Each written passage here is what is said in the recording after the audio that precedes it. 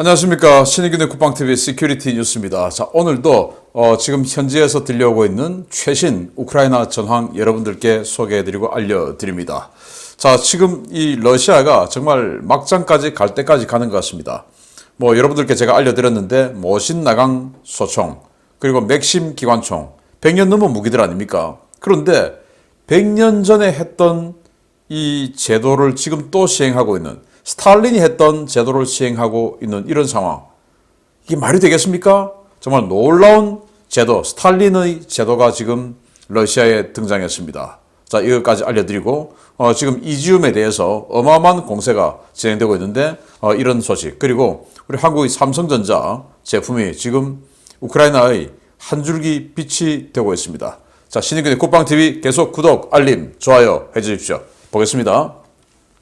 자, 일단 전황 먼저 보겠는데요. 지금 이 동영상을 제작하는 현재 시간이 오후 1시 한 반 정도 됩니다.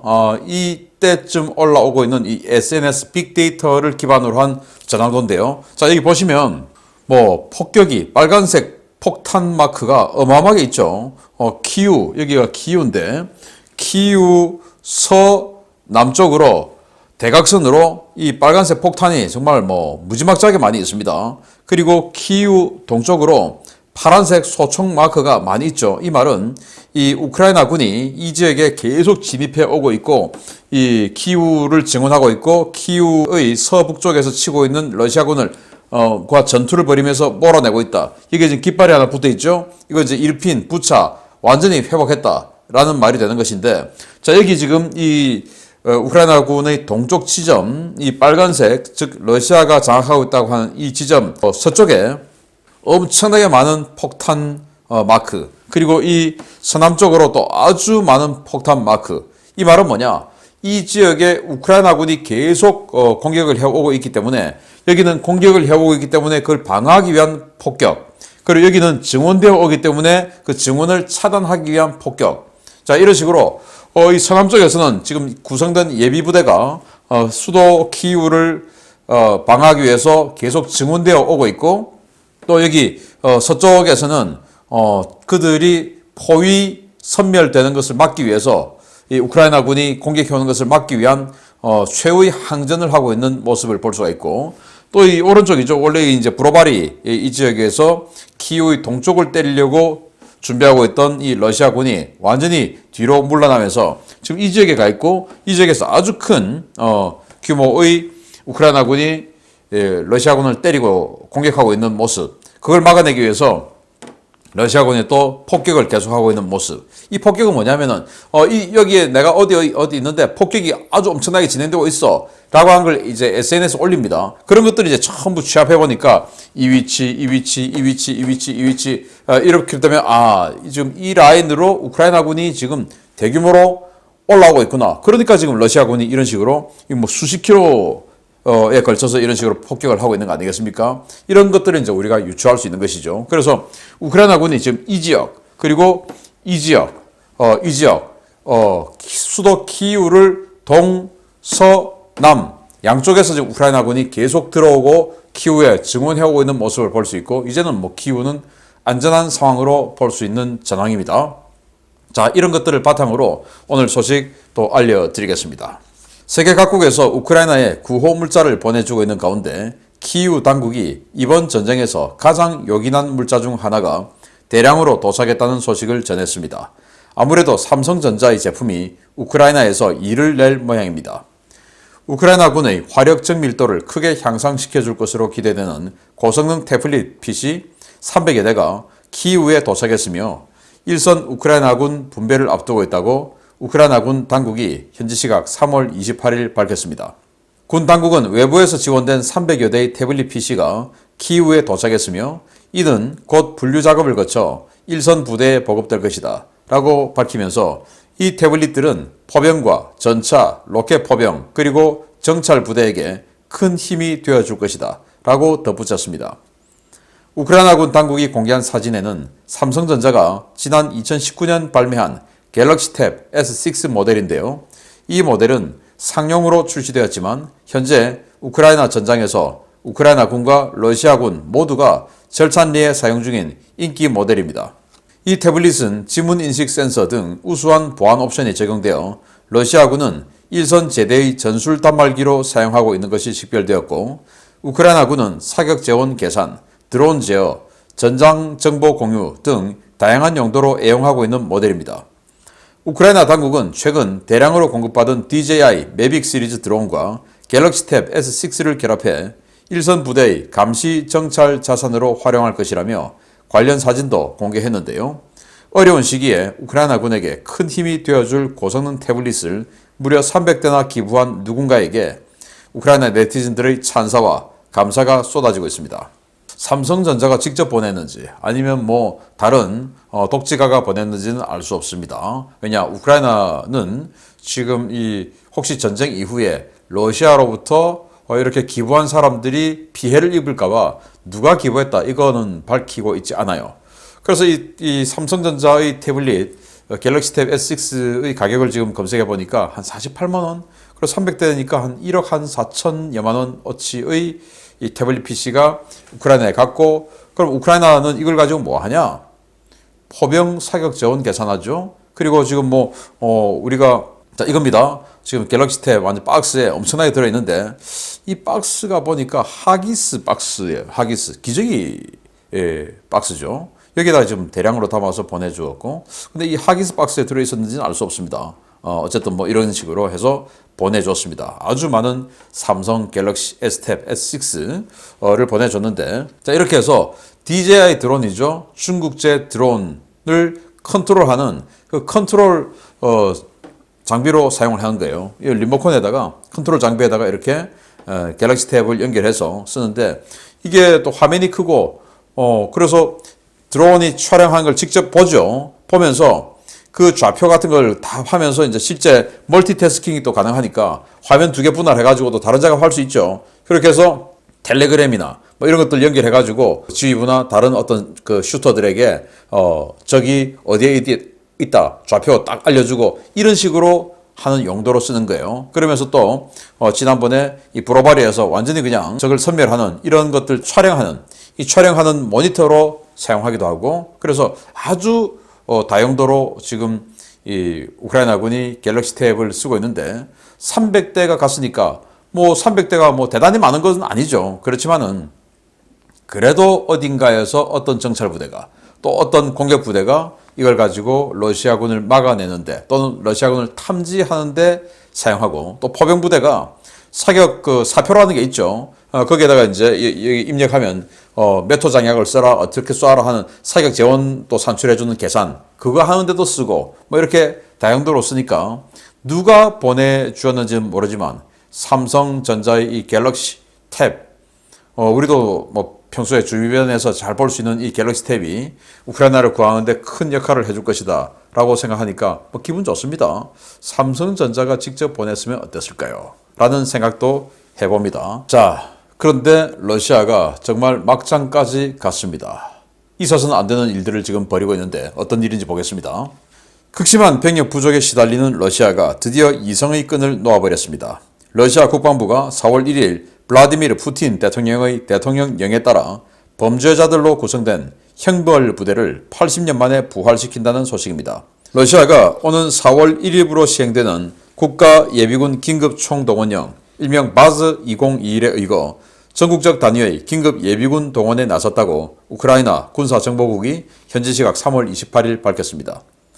우크라이나 군사정보국은 러시아가 극심한 병력 부족 문제를 해결하기 위해 바즈 2021 계획 실행에 나섰으며, 바즈 2021은 러시아 전역에 약 10만여 명이 편성되어 있는 긴급동원 예비군 제도로 1년에 최대 1개월간 소집되어 복무하며, 소집 기간 중에는 현역 동일 계급의 12% 급여를 받는 일종의 긴급 예비군이라고 전했습니다. 이 같은 소식은 러시아 국방부가 그 어떤 예비군 동원령도 일어나지 않을 것이라는 지난 26일의 발표를 완전히 뒤집는 것인데요. 러시아는 예비군 응소율이 극히 낮을 것을 우려해 주요 교도소 수감자들을 대상으로 비밀 서약서를 쓰게 하고 이들을 전선에 투입하는 작업을 진행 중입니다. 러시아 당국은 체첸공화국의 체르노코조보 교도소에서 시범적으로 100명의 인원을 선발했는데요.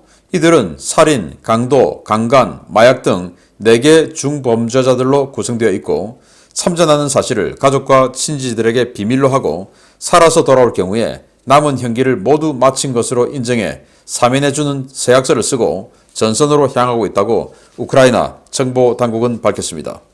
죄수에게 군복을 입혀 최전선 총알바지로 쓰는 슈트라프바트, 일명 형벌대대는 1942년 스탈린의 제227호 명령에 따라 만들어진 끔찍한 제도인데요. 아무리 전황이 불리하게 돌아가고 있다고 해도 이런 짓까지 벌이는 푸틴 정권, 아무래도 그 권좌에 오래 앉아 있지는 못할 것 같습니다.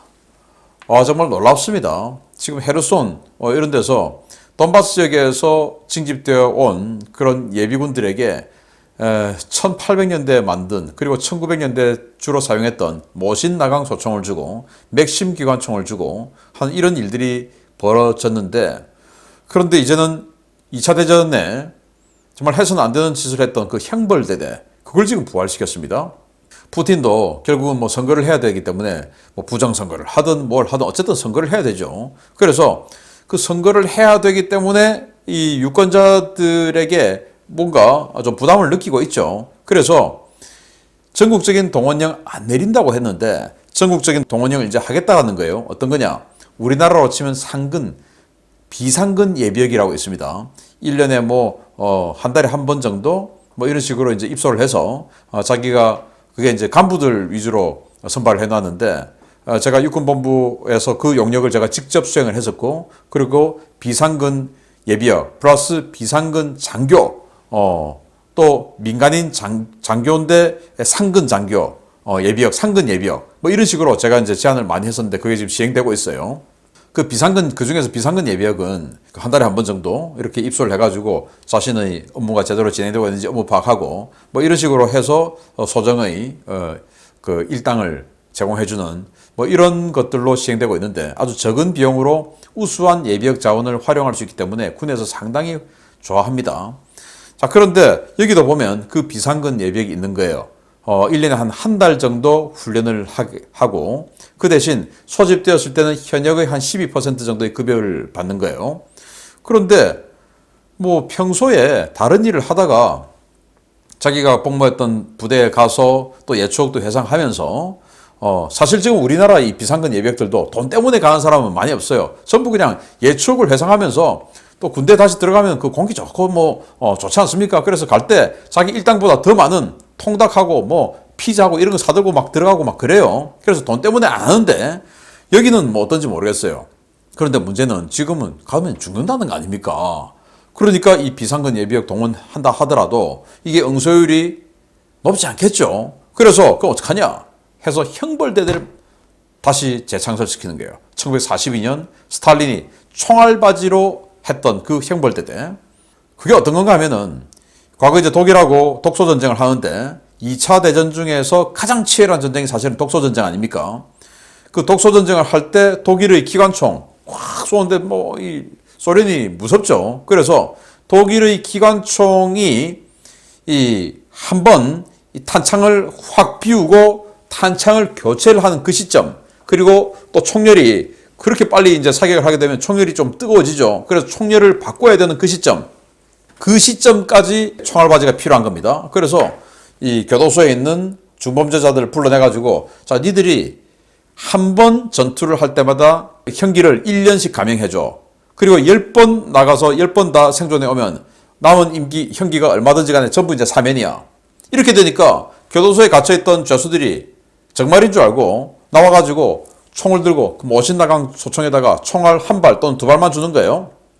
그건 적을 살상하라 아니고 그냥 쏘는 신용이라도 하라 그거죠. 그리고 죽으면 나중에 뒤에 따라온 사람들 또 주워서 전투를 하고 하는데, 어쨌든 그렇게 해서 돌격을 시키는 겁니다. 그 돌격한 뒤에는 또 독전대가 있어요. 이제 소련군 장교가 기관총하고 딱 들고 돌격하지 않고 뒤로 물러서는 자들을 또 자기네들도 쏴서 죽여버려요. 그래서 뒤로 물러서면은 아군이 쏴서 죽이고, 그래서 전투를 하면은 그래도 내가 생존만 하면 1년의 형기가 감행되고 10번 나와서 10번 다 생존하면은 완전히 그냥 사면되니까 그냥 가는 겁니다. 그런데 이들을 완전히 대대급으로 확 밀어붙이니까 독일 군들이 기관총을 막 쏘죠. 대대급으로 오니까. 그리고는 이들이 다 죽을 때쯤 되면은 탄창과 총열을 교체해야 되는데 이때 이제 소련군 주력들이 확 들어가고 돌격을 하는 겁니다. 그 1회 사격, 탄창 교체하고 총일 교체하는 1회 사격 때 총알바지로, 그래서 총알바지가 나온 겁니다. 총알바지로 쓰고 그걸 견뎌내기 위해서 형벌대대를 해서 투입을 해서 다 죽여버린 거예요. 그러면 10번 해서 사면된 사람 있냐? 마지막 9번까지 살아남은 사람은 마지막 10번째 임무는 지뢰 제거 임무, 그리고 T-34 전차의 조종수 임무, 이런 걸 줘버리는 거예요. T-34 조종수가 제일 많이 죽었거든요. 워낙 방어력이 약해가지고. 그런 식으로 해서 또 슈트로모빅 급강화 폭격기 뒤에 후방 기관총 사수 이제 이런 거를 또 시키고, 그거 뭐 2번, 3번에 다 죽는다는 거예요. 이런 식으로 했던 그 형벌대대를 지금 해서 일단 먼저 체첸인들은 지금 기분이 어떤지 모르겠습니다. 나쁜 건 뭐 체첸부터 시작을 하니까 100명을 선발했다고 하는데 똑같이 2차 대전처럼 정말 푸틴이 이런 것들이 나중에 다 알려지게 되면 어떤 여론의 평가를 받게 될지 정말 궁금하기도 합니다. 이래서는 안 되죠. 자, 세 번째 정말 우려스러운 이야기 해드리겠습니다. 러시아가 우크라이나 특별 군사작전 1단계 완료를 선언하고 돈바스 지역에 집중하겠다고 밝힌 직후인 지난 25일부터 동부 지역 요충지 이지움에 대한 러시아군의 공세가 점점 강화되고 있습니다. 인구 5만의 작은 시골에 무려 야전군급 부대가 달려들어 대공세를 펴고 있습니다.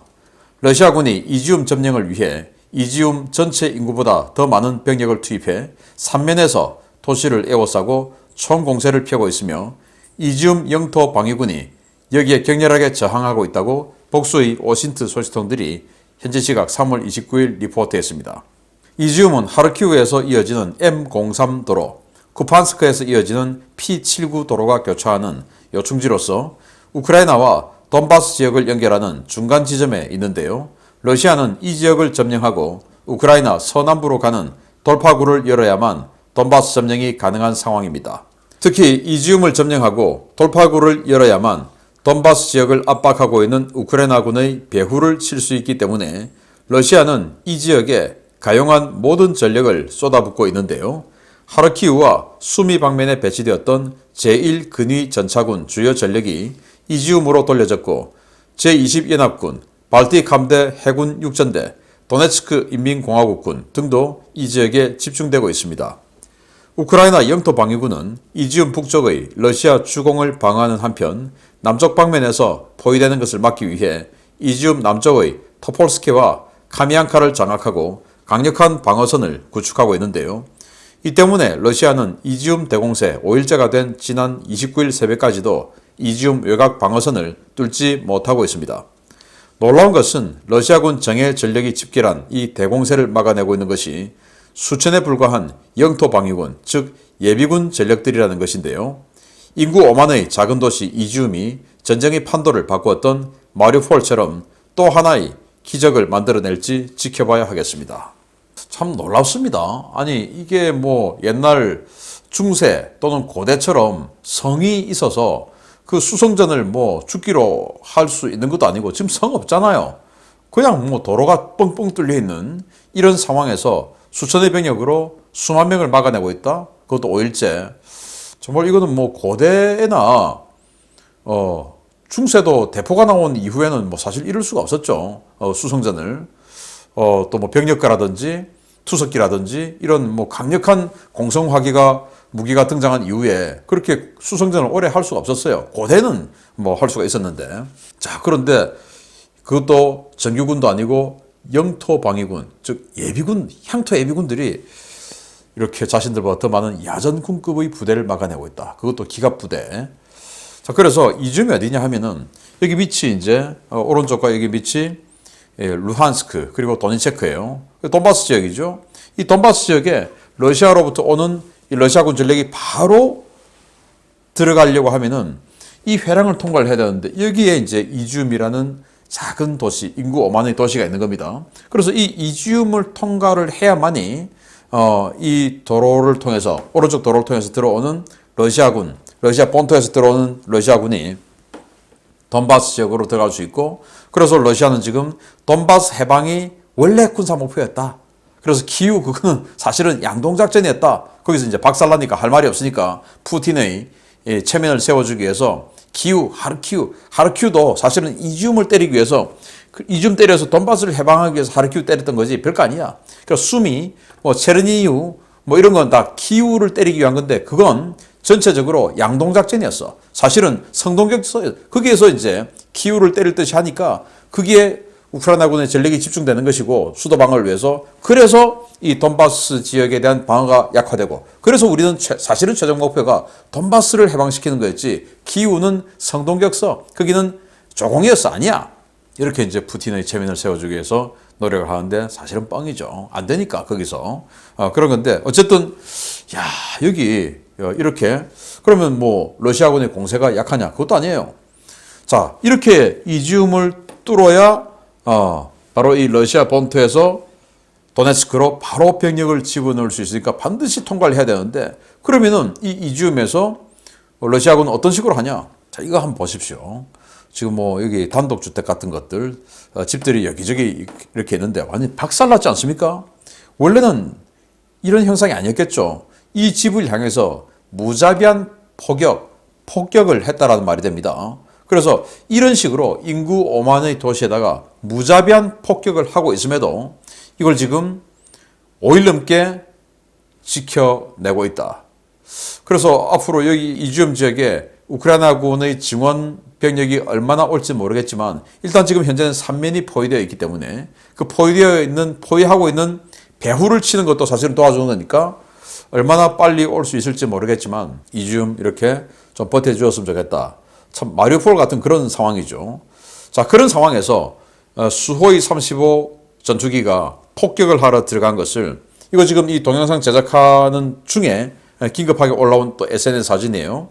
수호이 35 전투기 러시아가 이번 전쟁에 투입한 전투기 중에 최고 비싼 최고 성능 좋은 4.5세대 전투기 아닙니까? 그걸 지금 스팅어로 격추시켰다라고 지금 이지움 방어하는 그 민병대들이 SNS에 올렸어요. 정말 용전분투를 하고 있는데 이지움 꼭 지켜나기를 바라고 우크라이나의 예비 병력들이 빨리 증원되어서 구출해주는 그런 소식을 여러분들께 전해드리기를 기대합니다. 계속 알려드리겠습니다. 구독, 알림, 좋아요 눌러주십시오. 마치겠습니다. 감사합니다.